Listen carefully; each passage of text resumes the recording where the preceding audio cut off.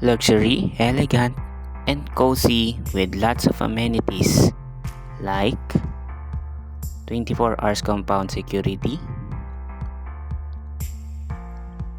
adult and kids swimming pool, stunning view of sunset and Nivor, and the townhouse facade.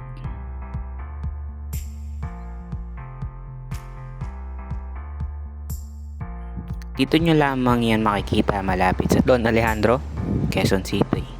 Tara, samahan nyo ko.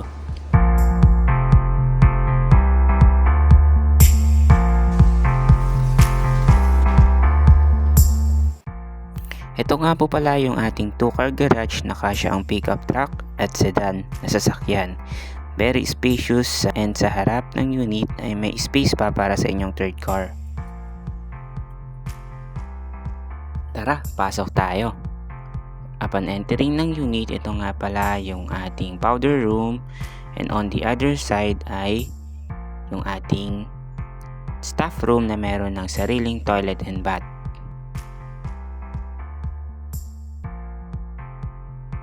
Ito naman po yung ating extra storage beneath the stairs.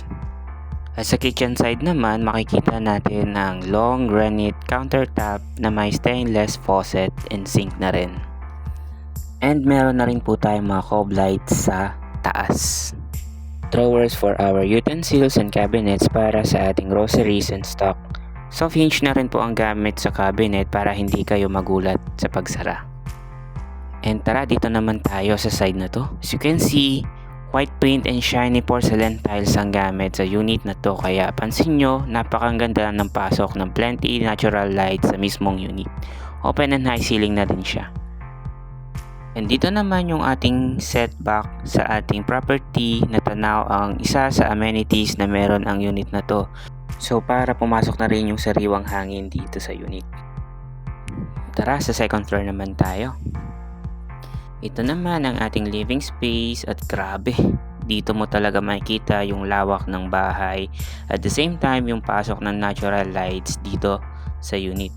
Tingnan nyo, grabe, nagko-complement yung natural lights sa mismong tiles at yung mismong wall ng ating unit. And welcome sa ating spacious master's bedroom. Meron tayo ditong cob lights at sahig na made of mahogany wood planks. So meron din pala tayo ditong walk-in closet, toilet and bath na merong bathtub para makapag-relax kayo after a long day of work.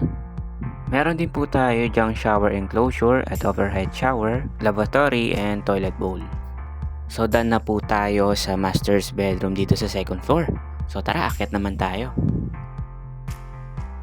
Dito naman sa third floor ay meron tayong common toilet and bath. So meron din siyang shower enclosures, lavatory and toilet bowl. And dito rin meron din po tayong spacious na 2 rooms. Actually pwede rin siya maging master's bedroom dahil napakalawak po talaga ng ating mga rooms. And ito yung sa pinaka nagustuhan ko dito sa unit na to. So tanaw dito yung ating swimming pool. Isa sa amenities ng unit na to.